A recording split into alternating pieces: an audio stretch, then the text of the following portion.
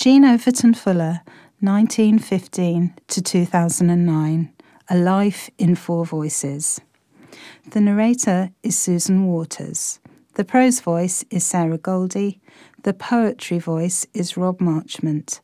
The voice of Noor Inayat Khan is MJ Brown. Copyright Tim Darch Smith. Recorded at Mark One Studios, Rushden. Jean Violet Overton Fuller was born on March the 7th, 1915, at Ivor Heath in Buckinghamshire. She was named Violet after her mother. Overton was a family name passed down through the female line from Jean's maternal great-grandmother, Arabella Overton. My father was a soldier, a captain in the Indian Army. He was shot in the afternoon of the 4th of November, 1914, 4 months before I was born, in an ill-judged attack on Tanga in German East Africa. With his dying breath, my father said, in the language of his men, "Give my salams, my respects, my love to my wife." As for the action in which my father died, the only printed reference to it I have come across is one of 4.5 lines, terminating, "Tanga stands as a fruitful lesson on how not to start a colonial campaign." Her early years were spent with her mother Violet and nursery governess Miss Letherin, moving from one hotel to another around the South Coast and London area. Violet was a keen amateur artist and with her painterly eye taught Jean to observe the effects of light on colour and then to draw what she saw. They were later joined by her maternal grandfather, Colonel Frederick Smith, recently retired from the army. I had been told to call him grandfather, but then my mother said he didn't want to be called grandfather anymore because it made him feel old. I was to think of another name for him. As he was the biggest, strongest man I'd ever known, I thought I'd call him after the biggest, strongest dog I'd ever known, which was a Great Dane called Gilby. He seemed to find the compliment acceptable. Before your photograph, an extract. Everyone will be wrong about you, unless I tell them. Someone did it again last night. Betty, come for a cup of coffee, looked at your photograph over my mantelpiece and said, "Your background must have been very rigid." "Not rigid," I said, "but at least very conventional." "Not very conventional." She was looking at your uniform and the rows of ribbons. I have sat on that shoulder, my legs dangling over that chest, clasped by your hand to prevent my falling. She said, "But conformist, you must have had to be very conformist." "Not very conformist." What could I say that would explain? It was Gilby who introduced the young Jean to the world of natural history. They would go out for walks together and bring home their treasures to keep in a magnificent aquarium. We found frog spawn, toad spawn, and a grown-up toad. I had it in my hand when Miss Letherin told me, "Put that dirty toad down." I was surprised, because he was a clean toad, but obediently put him down on the table.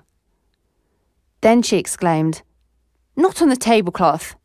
It had been laid for lunch. I loved my toad.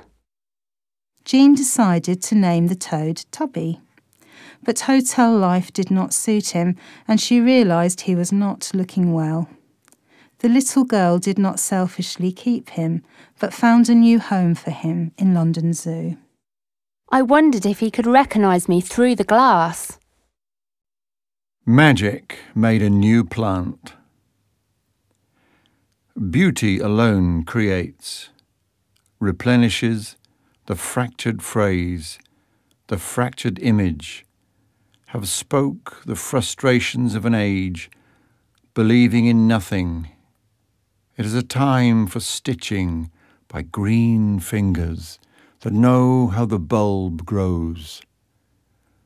Perhaps there is no positive virtue in the mauve light of a gull's wing, on the turn against the sun, the sensitivity of a snail's horns, the elegance of a frog, the cold radiance of the moon, the chastity of flowers.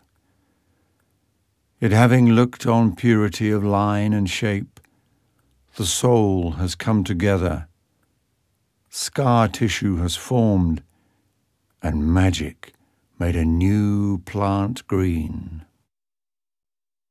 It had been assumed that Jean would make a career in something to do with animals, but a comment that she had a stage presence made her rethink. After rehearsing a passage from Shaw's St. Joan, she successfully applied for a place at the Royal Academy for Dramatic Art in London. She began her training in the spring of 1930, aged just 16. Jean enjoyed the years that followed, touring with various repertory companies around the country. She often had to learn her lines at very short notice, and her performances ranged from light comedy to Shakespeare. Jean bought her first typewriter. From Selfridge's, very smart in its red case. She wrote a novel based on her theatrical experiences and sent her poetry to be published in the Poet's Corner. This was edited by the writer and mystic Victor B. Newberg. An odd note came through the hotel letterbox, inviting me to a meeting of the Creative Circle at 64 Springfield Road the following Saturday at 8 p.m.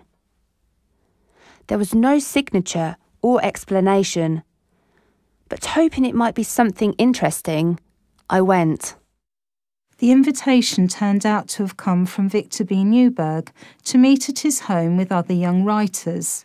The other young writers included Dylan Thomas and the poet Pamela Hansford Johnson. It was an informal discussion group named the Zooist, taken from the Greek word meaning life. Jean had had no religious upbringing, but had experienced mystical visions since the age of 8. In Newberg, Jean found a trusted confidant. He always referred to me in the third person as this little lady. Watching the moon walk. Cat's eyes open to the moon, and so do mine. Moon daisy gaze upon the white disk in its slow walk upon the sky, brings near swoon. I kneel and watch you pass over the roofs, my body a shell, washed out by the tide, washed out by the tide, washed out by the tide. As West End stage success eluded Jean, her mother suggested that she could learn shorthand and typing. This was followed by a short time working in the office at Scotland Yard. At the age of 20, Jean became engaged to an Oxford scholar, Harold Hertzmark. They had met at one of Newberg's Zooist evenings. Harold persuaded Jean to move to Oxford. He could find her work as a private typist and a room to rent. Harold would continue his studies and live in at the college. As they visited a friend's study, my eye was caught by a row of books in orange cloth, ranged along one of his shelves. He said they were by Inayat Khan, a Sufi. Sufi was the mystical tradition within Islam. Inayat Khan was now dead, but the elder of the two sons, Vilayat, was expected to take over. This friend knew the family well, and his favourite was the elder of two girls, Noor and Nisa. Through him, Jean and Harold met Vilayat and Noor. However, Jean and Harold's engagement was fraying. A year later, it was obvious. I could not remain in a relationship that was utterly destructive to me. The worst of it was that my faith had been so undermined that I could not even say, put it down to experience. if there was no hereafter in which the experience counted. Nothing at all. I only knew that I had to be on my own again. The star within. Pale ascetic, praying on his knees to a star, forgets the world and his responsibilities. Rapt lovers in each other's eyes, looking, forget the star, and yet the star is there, shining on their hair. At the age of 23, Jean returned to London to begin her university studies, choosing English, history, logic and ethics. The Second World War broke out. Jean found a room by Primrose Hill, which was now dominated by heavy artillery. She trained to help the St Pancras firemen cope with the aftermath of bombing raids. Her 3-woman team they named Pickaxe, Bucket and Hose. Jean was Pickaxe. Amidst the chaos of a city at war, the faith Jean once had as a child returned to her. I did it this way. I put it to myself that for everything of which one had need, there existed that to satisfy it. One needed water. Water existed. One needed food. Food existed. There was the need to believe. There must be that to believe in. I read the whole of the New Testament. Then something very strange happened, one of life's odd coincidences. Jean was leaving the house to post the letter to finally break off her engagement to Harold. The doorbell rang. It was Vilayat Khan. Their mutual friend at Oxford had given him her London address. I was just going to post a letter, I said. He would do it for me. He took it from my hand, walked to the pillar box and dropped it in. That afterwards appeared to me symbolic. We talked almost at once of things that were sacred. I said I wanted spiritual teaching. He said he was not a guru. Vilayat lent Jean his father Hazrat Inayat Khan's spiritual books and offered his support. The Khan family moved very near to Jean, and she was reacquainted with his sister Noor, who was serving in the Women's Air Force as a wireless telegraphist. Jean was now working in the Postal Censorship Department of the War Office. She describes her friend. Noor was the quietest person it was possible to imagine. Her voice was so slight and soft, so as sometimes scarcely to be audible. Her appearance also was unobtrusive. She was very small, with indefinite brown hair, and the largest possible wide brown eyes.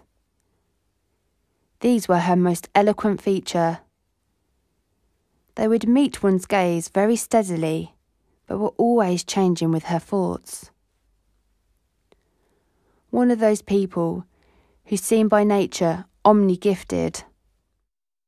Her unassuming manner was deceptive. Few people realised either the extent of her cultivation on the one hand, or the executive ability or the extreme audacity of which she was capable on the other. When Noor suddenly announced that she was transferring to the first aid nursing yeomanry, Jean sensed something was odd. But she also understood she should not question Noor further about it. Then late one night, Noor arrived unexpectedly on Jean's doorstep. Noor said she was going on foreign service overseas. They spoke together about spiritual things, whether it could ever be right for a pacifist to fight in a war. She wondered how brave she would be in a Nazi concentration camp. On the doorstep she said she would not be seeing me again for a long time. It's the end of a phase, she said. Thank you for everything. And she did something she'd never done before. She kissed me and was gone. Jean never saw her again. In June 1944, Miss Fuller sat her examinations and was awarded a Bachelor of Arts degree. The war ended, and Jean was transferred to the Ministry of Food. She was drawn to the Theosophy faith and made friends there. Jean took up art again and studied for a time at the Académie Julienne in France, and then in London studied phonetics at University College. The news that Jean had been dreading arrived. Nor was dead.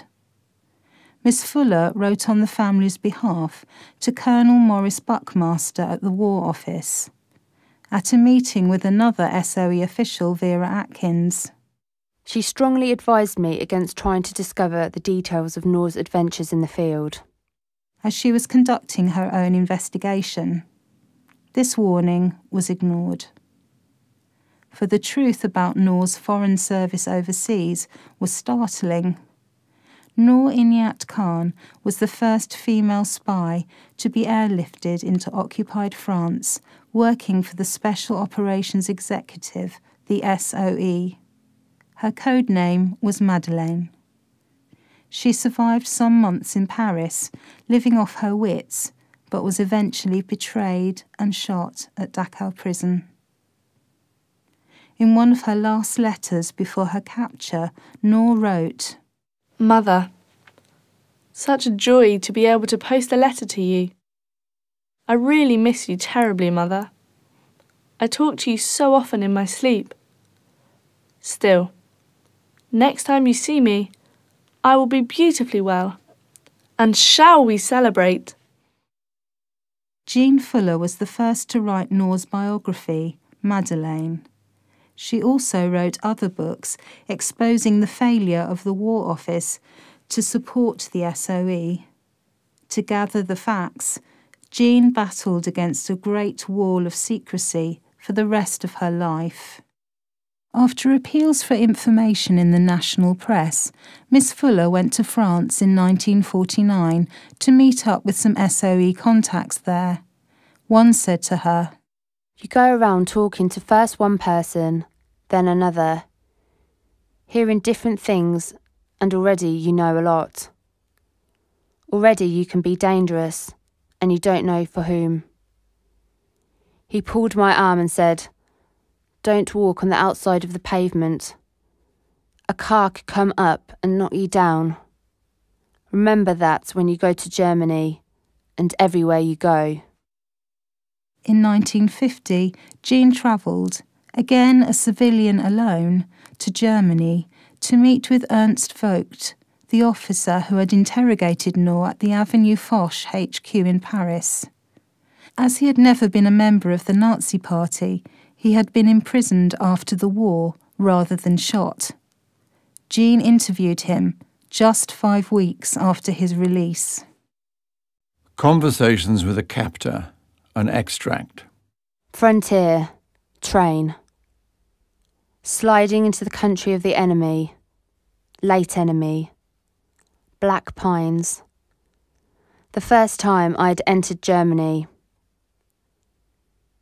It was not only that a girl I knew had passed this way in chains. Neither was it because in London I had lived beneath the Blitz and flying bombs. It wasn't even that I hated Germans because my father had been killed in the war. It was before I was born, when I was 3. My mother told me, we mustn't be bitter, mustn't hate German soldiers. They fight for their Kaiser as ours for our king. Germany is a dark cupboard. At the back of the cupboard, the German helmet. And then he was there, the German who had arrested her. Tall, thin, with spectacles, brown hair. Hesitating towards me, he presented himself, asked, "Where shall we talk?" I said I think you would feel more at ease if we walked in the open air. We had climbed to a wooden seat above the town. "Do you believe Madeleine is dead?" he asked. Oh yes, Wazama took her to Dachau. "It's not what I meant," he said. "I wondered if you thought she was here now. She was so full of life. I still see her face and her eyes before me, her small clenched hands. I think she would join us, hearing us speak of her, sit on the seat with us. You were a friend of hers, and I admired her in such a way that I would have liked to have been her friend if she had not been my prisoner. Why did she do it? He burst out suddenly. Why throw her beautiful life away? Why did she let herself be parachuted where we were? I could be angry with her, that she put herself where I had to arrest her. If I had let her escape me, she might not be dead. You knew her. Why did she do it? To help liberate France from the Germans. To help liberate France from the Germans? I understand. Her sacrifice was for nothing. We played her radio back to London, used it to lure new English and Frenchmen into our hands. I never told her this. She was so alive. I cannot believe she is no more. Because of her, I believe in immortality. Through the gap in the trees the Sikh faced. His eyes rested in the distance. You see that streak which catches the light? That's not a road, it's the Rhine. I believe it's the Rhine. I have come here in the evenings. In the evenings there are lights on the other side, and I think that those lights are in France. Those hills you see beyond are in France. He said it softly, as though it was something mystical. Went on, when you see it like this, you cannot believe there is a frontier. Birds fly and little animals swim it without regard. Why are human beings different? Why are there, for us, frontiers? How did the world become divided into countries? Do you know? Today, for the first time, I feel free. I did not feel free when I was released from prison. This is the first moment I feel a normal person. You walked with me across the mountain. A whole day you have been alone with me up there. There was no one. I could have killed you. You had no reason to kill me. How could you know I had no reason? How could you trust me? Suddenly his cheeks were wet, and he pulled out his handkerchief to hide the tears.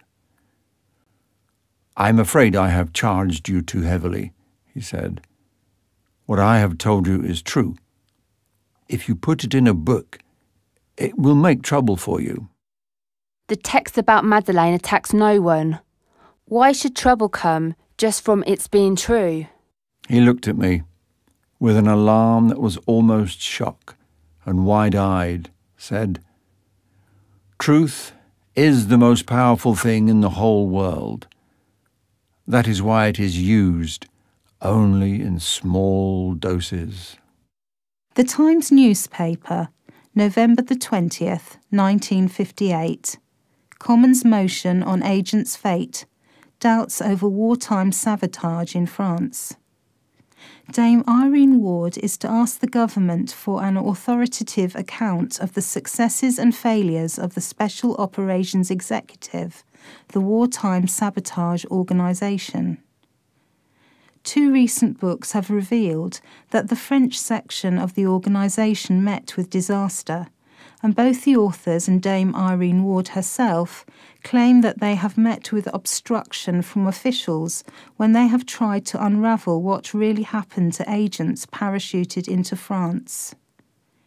Dame Irene Ward has a motion down on the order paper of the House of Commons which asks the House to state that the recent publication of Double Webs by Jean Overton Fuller and Death Be Not Proud by Elizabeth Nicholas demands an investigation into the effectiveness of the Special Operations Executive and the operation of the Official Secrets Act. The Times newspaper, December the 1st, 1958. Special operations charges rebutted. Monstrous assertion about British agents. Mr. Maurice Buckmaster, wartime head of the Special Operations Executive, has replied to charges made and implied against him and his subordinates by Dame Irene Ward MP, Mrs. Elizabeth Nicholas, and Miss Jean Overton Fuller. He said that he would make no statement about the motion tabled in the House of Commons by Dame Irene Ward, which called for a full and frank investigation of certain phases of the SOE's work, since it would be highly improper for me to do so. He described as a monstrous statement the allegation made at a press conference that 47 British agents had deliberately been dropped to the Germans to distract their attention from other undercover operations. I can say categorically that nothing is further from the truth than that we deliberately dropped agents to the Germans. The Times newspaper, April 14th, 1964. History of Special Operations, from our political correspondent. The government have decided that an official history should be published of the activities of the Special Operations Executive and its organisation of resistance movements on the continent in the last war. Dame Irene asked the Minister to convey to Mr. Macmillan, the former Prime Minister, the appreciation of those connected to the SOE and the people who helped in Europe, that the decision had been taken. Letting the world know. She recalled that she had pressed Mr. Macmillan for a publication of an official history, and she and two friends who were associated with her in this, Elizabeth Nicholas and Jean Overton Fuller, were delighted to let the world know something of the work done by the British with their European friends. Miss Fuller's war diaries and papers are now in the keeping of the Imperial War Museum in London. Jean wrote biographies of literary figures, Shelley and Sir Francis Bacon, mystic teachers, Madame Blavatsky, founder of Theosophy, and her personal friend, Victor Newburgh. Her 1990 book, Sickert and the Ripper Crimes, proposed the theory that the English painter was the infamous Jack the Ripper. Jean's mother, Violet, knew Florence Humphrey Howard, Sickert's friend, who had kept some of his letters. This evidence was used in the crime writer Patricia Cornwell's 2002 book, Portrait of a Killer, Jack the Ripper, Case Closed. Jean wrote poetry and translated the poetry of others from the French originals. Her interest in stargazing led to her becoming a member of the British Astronomical Association. A year later, 1960, she accepted an invitation from friends to travel to Tunisia. Jean packed her telescope. As I stepped from the aircraft, I saw indeed, in the unpolluted night sky, a greater spread of stars than I had ever seen. In 1963, a chance encounter took Jean in a different direction. She had walked into a London bookshop and struck up conversation with the manager, Tim Darch-Smith. It was to be a most important meeting. He became a firm friend, business partner, and support through all her following years. They founded an antiquarian book-selling business together, Fuller Darch-Smith. Silver Planet, for Tim Darch-Smith. You are my silver planet in the western sky at evening, tracked throughout the day by mathematics, now suddenly visible above the sunken sun. You ask me why I love you. I could say, for the sensitivity of your perception, or because the curve of your throat and shoulder is beauty. Surely form is modelled upon soul. but there is no making an inventory of the causes of love. The appeal is one thing and whole. You are my silver planet. Accept that. But still there were new places to explore away from her London home. From childhood, Jean had been fascinated by the stark landscapes of Iceland. In 1965, she took the opportunity to travel there. The landing field was all buttercups, the temperature cool but not freezing.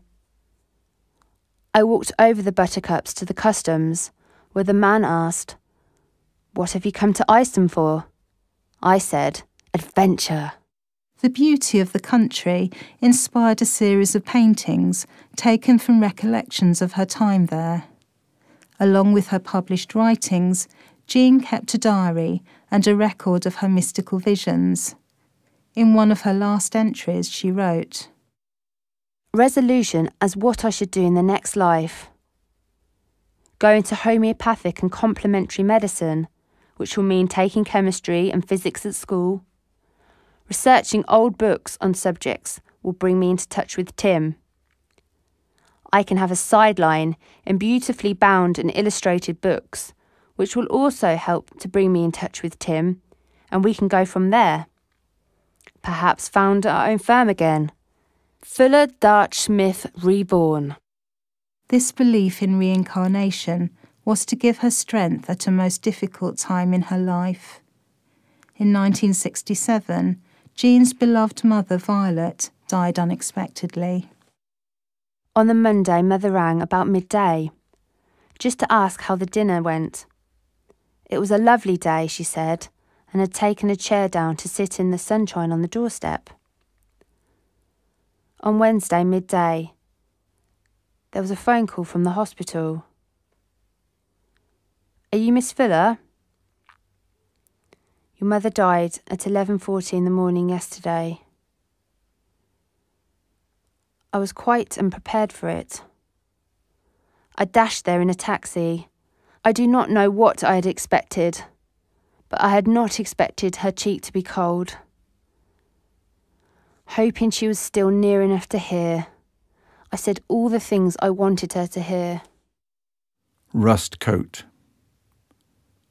A red and orange coat will not move along the street again.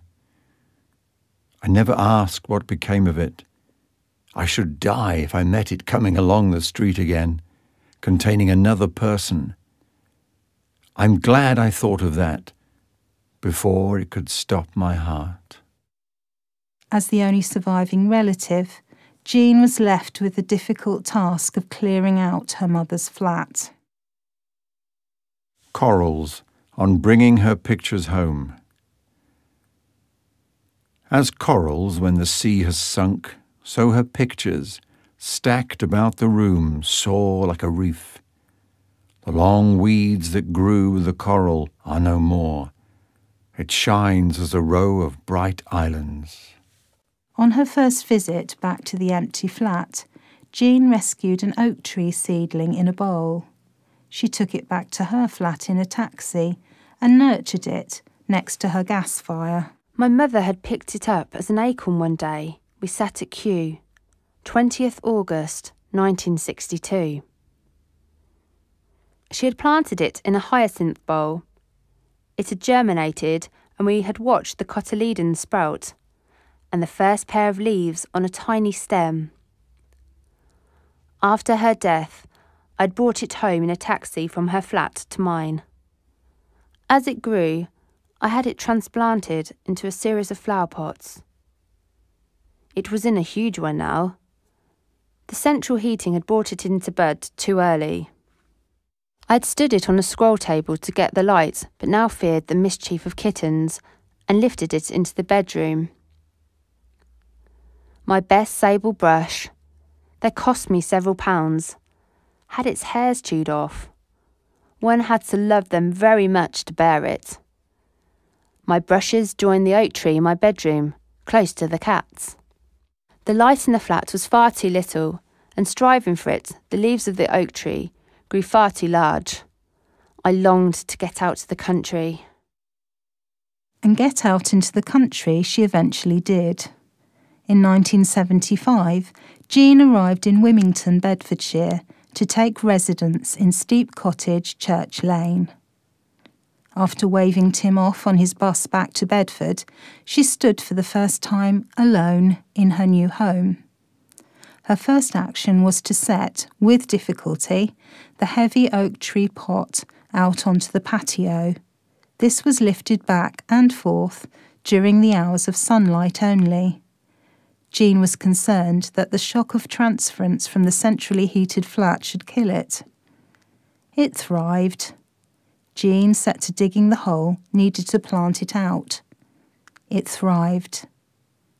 And Wymington took Miss Jean Overton Fuller into its heart. She lived there for 34 years with her cats, Bambina, Chalcedony, Leo, Cleo, among others, and a roost of chickens. She could often be seen walking through the streets and fields, calling her children of feathers and fur by name, to gather them back home. Mainly for Millicent, a chicken. She was self-set among my big brown hens, a bantam, pearly grey, flown in on the wind to land on my lawn. She would stand throughout the day between my Lucy and my Flossie. Only at the fall of night, when they repaired to the hen hut, she left their company to make her flutter spring into the tree. When it lost its leaves and the snows fell and frosts bit, I took her from her icy nook and carried her into my warm sitting room. Seeking a high perch, she tried at first to roost on the piano, then on the mantelpiece, endangering clock and figure of the Buddha. But at last she settled for my best armchair, in the seat of which she nestled. When springtime brought relieving of the branches, cruel to be kind, I shut her out. My door closed against her. She remembered what she'd done before, sprang into the hazelnut and settled on her old branch. Yet would return each day mid-morning just to lay her egg in the armchair. But there she found a rival for the space. Leo, my lithe and loved black cat, born beneath my bed, considered it a place for him to curl into. When I saw her perched upon the arm, looking down upon his sleeping form, if she took him for a cushion, to avoid a dangerous confusion, I lifted him gently so that she might lay her egg, which done, she went. He resettled. Now my concern was lest a cat sitting on an egg break it. At last, she learned to lay again outside, in a hollow beneath the buddleia, midst the rose bay willow herb. My brown hens passed away. She would now spend the day on the wall where she had stood with them alone. At even, I feed the goldfish, then, standing on the patio, look up into the branches of the hazelnut, discern, above my head, the motionless grey form, and say, "Good night, little bird. Sleep tight, God bless," a ritual mantra. Golden on the ground, the great leaves lie, full and without a sound. Summer's last sigh was the flowering of the asters. Winter's nigh, the silver birch is quite de-leaved, and in the nut tree her old perch is bare of colour. Once more I have to have her within my house at night. The trouble is that now she won't go out, but wants to stay in all day. To her I say, "You cannot be a wholly indoor bird. You are not a canary or a budgie, but a chicken. By remote extraction, Indian jungle fowl, born free. If you want to be like me, please see Please note that in sunshine I go out, and Leo, too, walks about. Why not you? If this reasoning finds no favour in her understanding, what can I do? Ah, when I thought that the case was lost, she has stepped out at last. Even though she was happily settled in the countryside, there were still challenges for Miss Fuller to accomplish. She learnt to play the piano and reacquainted herself with the pleasures of horse riding. In 1980, after a total of 277 driving lessons over a total of 4 years, Jean passed her driving test. She then chose a red Fiat 128 car and named it Robin. Tales of her parking are legendary. I kept up my yoga.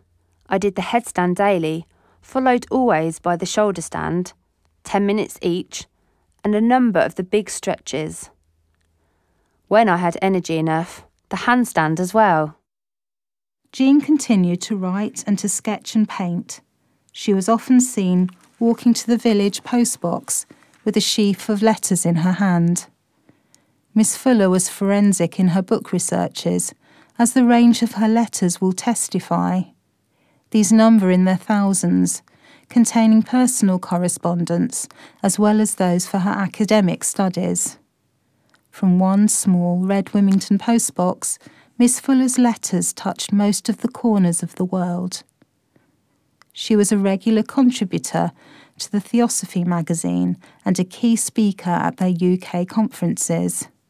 In 1992, she was invited to attend a conference held at Point Loma in America. My talk was kindly received. Indeed, everybody was very kind. A more unpleasant challenge Miss Fuller had to face were the burglaries in her Wilmington home. The loss of her grandfather Gilby's medals was a particular sorrow. The victim support person arrived, a girl less than half my age. She asked, "How do you feel? What do you feel?" I said, "I feel I'd like my things back," which floored her. That year was also notable for the University of London ceremony for wartime graduates. Jean's degree certificate was presented to her by the Princess Royal, Princess Anne. In 2000, she was interviewed for the BBC documentary Churchill's Secret Army about the SOE. This was an unhappy experience for her, as she felt her contribution had been unfairly edited against the double agent Henri Dericourt. In 2003, when Jean was 88 years old, her great friend Tim Darch-Smith encouraged her to write her autobiography. She had kept a diary all her life, after all. I had made, in days long past, 1 or 2 attempts, only to abandon them. More recently, the poet Martin Booth had urged me to do it, but I said impossible. Too many things I'd have to leave out. A cult? Asked him.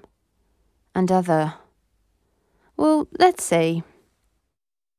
After he had gone, I typed out a few pages and wrote by hand over the top, "Driven to it." This she took as her autobiography's title, and Driven to It was published in 2007.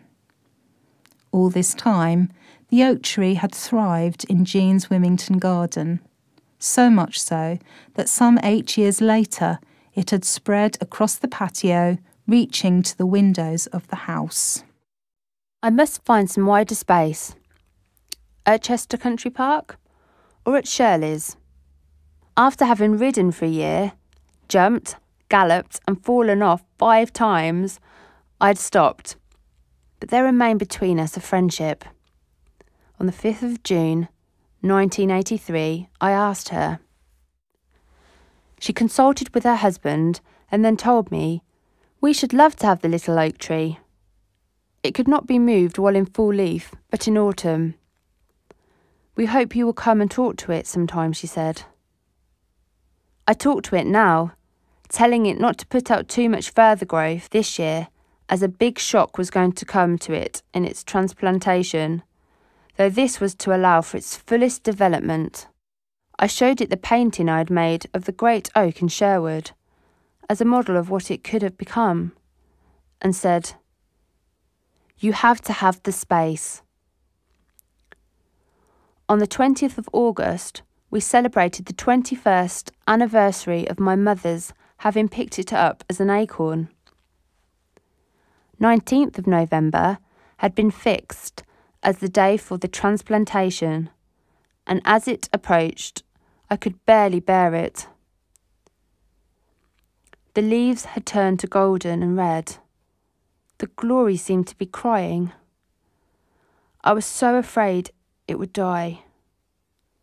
I got out my paints, and the pain of parting was in the painting I made of it, through reds in the autumn mists. Bob came with their 2 big sons, and they dug and dug. The earth fell away, leaving a pitiful root bare, as they heaved it onto the tractor. I rode with it in the fading light. They had chosen the site with care, and not quite the top of the hill, so that its back would be protected from the north wind, and yet it would face the sun all day. But had they taken enough root? I prayed for it all the time, and went back and prayed for it for the next day, and for many days after that.